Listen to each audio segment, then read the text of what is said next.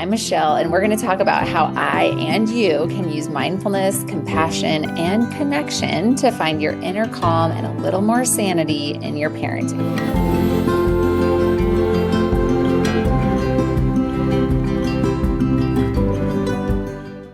Turning towards your emotions. Hi, I'm Michelle, and I help parents who want to parent peacefully, to foster strong relationships with their children, and at times find it really hard. When my kids were small, I found myself so overwhelmed and burnt out. Not only did I struggle with responding peacefully or playfully, I got caught in an awful yelling pattern, followed by overwhelming shame because yelling was the last thing I wanted to do. In each episode, I will weave in emotionally focused therapy tools as well as what I've learned applying hand in hand parenting tools in my own family for over 10 years. So, now let's talk about how I and you can use the science of mindfulness and self compassion to find your inner calm and a little more sanity in your parenting. Turning towards your emotions. Okay, so I wonder even what's your first reaction to that? First off, emotions. Why do we have to talk about emotions? Secondly, yeah, I'll be turned towards the happy ones. We all want those to stick around. We're fine with feeling those, but all of the uncomfortable emotions, painful emotions, it's really normal to want to turn away from them, move away from them, not really think about them, try to push them away or judge ourselves for them. And I want to offer another way. And I want to offer the reasons that it could be beneficial to and empowering actually to turn towards your emotions. So let me just paint a picture for you when I had this realization. It was just a normal afternoon. I asked my kiddo to unload the dishwasher. That was their chore for the day, and no response.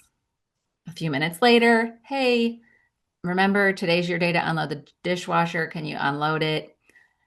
Eye roll, maybe a grunt, starting to kind of feel the annoyance and frustration building up inside. A few minutes later, hey, I need you to unload the dishwasher. I'm going to be making dinner soon. I want it to be unloaded before I start making dinner. And then, she starts in, why do I have to do this? It's not fair. I have to do it more than the other ones. This isn't fair. And on and on and on.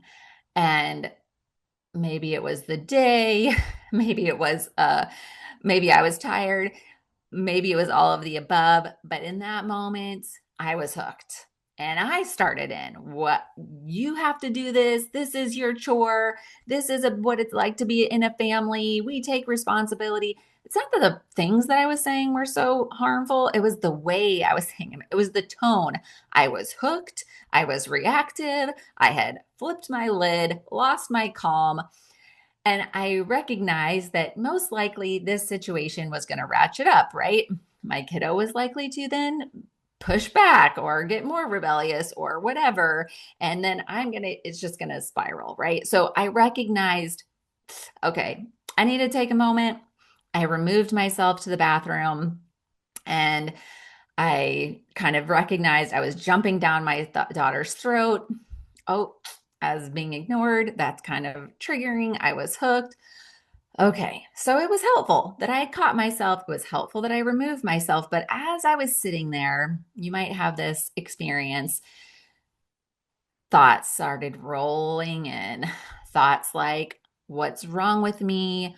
Why do I lose it so easily? Why can't I keep my calm? So and so would never lose it like this with their kids. They're probably always calm 100% of the time.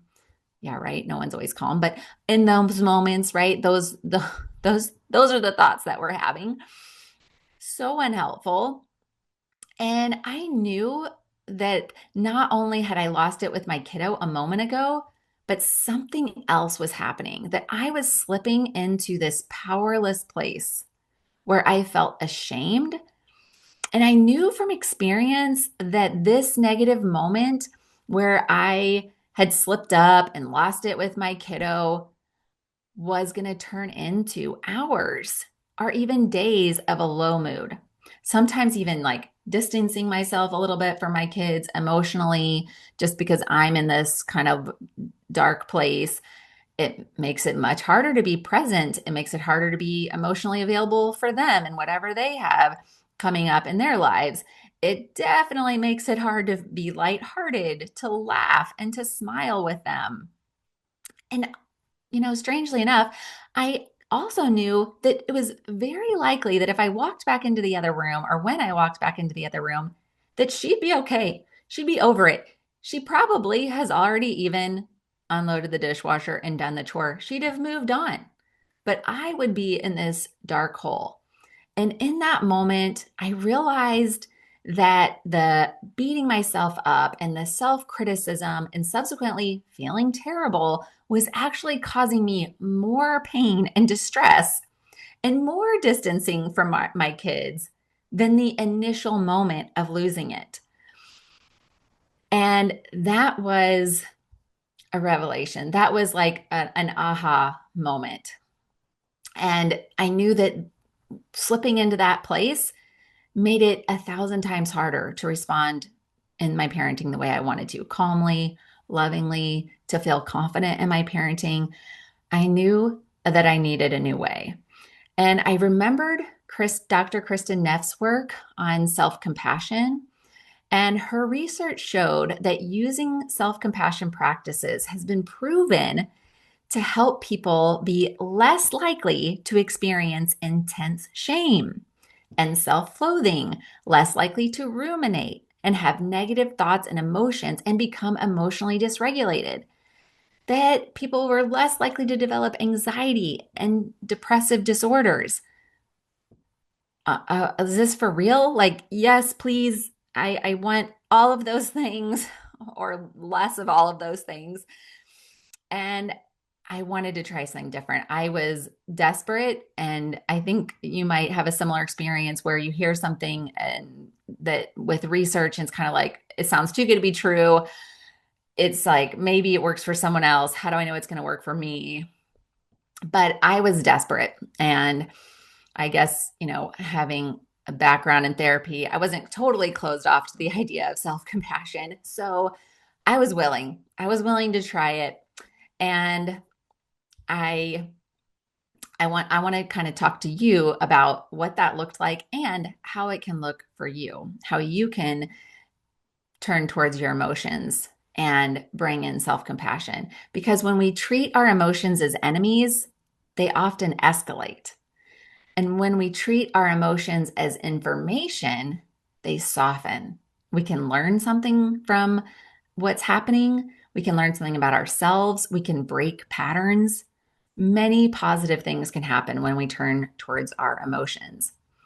So I want you to just consider, how do you respond to difficult emotions? Think about the last time you got angry, frustrated, sad, upset. Did you judge yourself? Like, I shouldn't feel that way. It's not that bad. Did you second guess yourself? Like, maybe I shouldn't feel this way. I'm overreacting. Some people have it so much worse. I should be grateful. I shouldn't be upset. Did you notice maybe that you pushed your feelings away altogether because they were too painful or upsetting? And the tough thing about that is it takes effort. It takes effort and kind of emotional energy to push our emotions away, to keep them at bay. And we often have to distract ourselves with things that can be unhelpful, at least if we get stuck in patterns of them, right? Where we have to spend hours on a screen to distract ourselves. Maybe we need to drink or shop.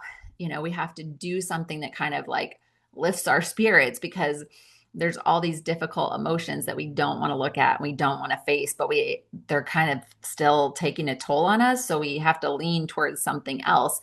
And sometimes what we lean towards can cause its own set of problems, right? Suppression also can often cause dysregulation later, because like they're not gone. So in another moment, we might, go to a 100 not because of the situation, but because of all the stored up stuff and the situation's like the last straw. So emotions aren't the problem. They can be invitations to learn more about ourselves.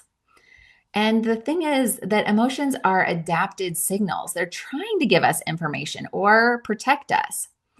Sometimes, though, we don't need any protecting, right? We're not in physical danger, and there's nothing life threatening. So, but our emotions don't necessarily know that. So we could be pretty hijacked, and we can stay pretty hijacked unless we can turn towards them and see what it is that they're trying to tell us.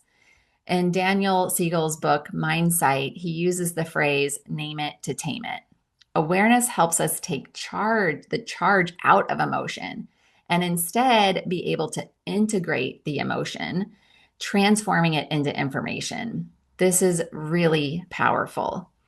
But as you can see from my example above, that simply being aware of our emotions, like I knew I was angry, I knew I was hooked, isn't enough because we often meet our emotions with judgment and criticism. This is where Dr. Kristen Neff's work is key. She says when emotions arise, self compassion creates safety, not indulgence. So, awareness plus compassion equals regulation now and then resilience later. So, I want you to consider three key takeaways from this. Emotions arise to give us information and to protect us. And they're not there to sabotage us, but fighting our emotions, judging them, pushing them away increases the intensity. And understanding our emotions or turning towards them reduces the intensity of the emotion. So, responding to your emotions with compassion is the first step to change. And I want to give you a tool that you can use today.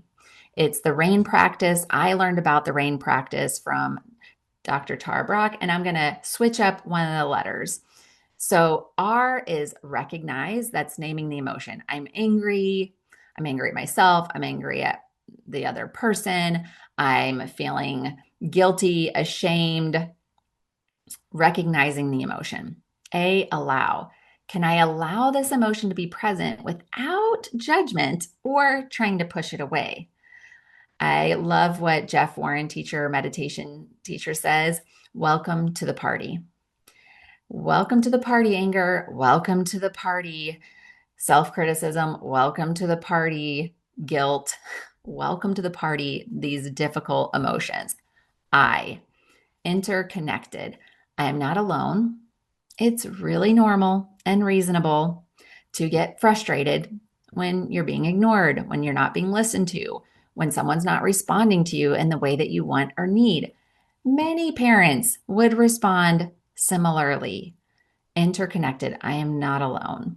That is the antidote to shame. And then what do I need in this moment? Do I need to reach out for connection and text a friend, text my partner? Do I need support of some kind? Do I just need a walk to take a break from the situation? Do I need some self compassion, such as placing your hands on your heart? May I be gentle with myself and with my child in this moment of struggle. And how does this apply directly to parenting? When your child's behaviors trigger you, your emotions are signaling something meaningful, right? They're signaling, oh, I get hooked by being ignored. That's helpful information. I wonder where that came from. Oh, I get hooked when I'm not listened to, and oftentimes there might be past experiences that are part of that story.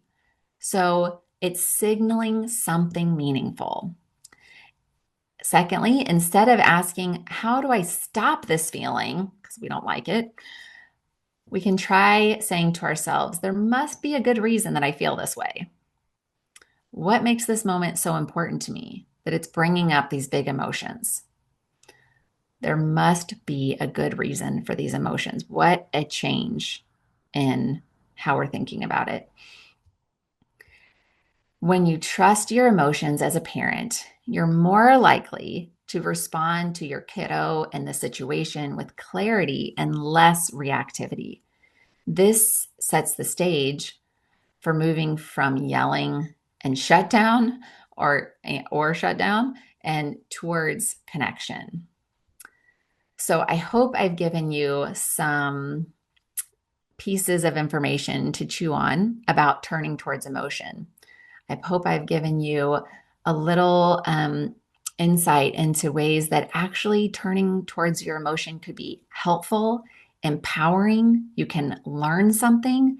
And yes, it takes practice, right? That's why it's called a RAIN practice. It's not going to happen overnight where all of a sudden you feel better. All of a sudden you shift out of self criticism and low moods after something happens. It takes time, but it is possible to start to respond to yourself differently and learn from your emotions and learn from the situation, notice your patterns, be able to start breaking patterns that don't work for you any longer, and taking self compassion alongside of it. You're responding to yourself differently. You're learning how to respond to yourself differently in those situations. It's kind of like moving from self criticism to having an inner mentor who's there for you as a guide rather than someone who's just ready to tell you everything that you did wrong. I'd love to hear about your experiences of turning towards your emotion. The light in me sees the light in you. Be well. Thank you so much for listening. A reminder, this content is intended for educational purposes only and should not be used as a replacement for private psychotherapy services. Compassionate Heart Mindful Life does not provide psychotherapy services in any capacity. I am a therapist, but I'm not your therapist, and this is not therapy and should not be a substitute for mental health treatment. If you need mental health treatment, please find a qualified professional in your area. Be well.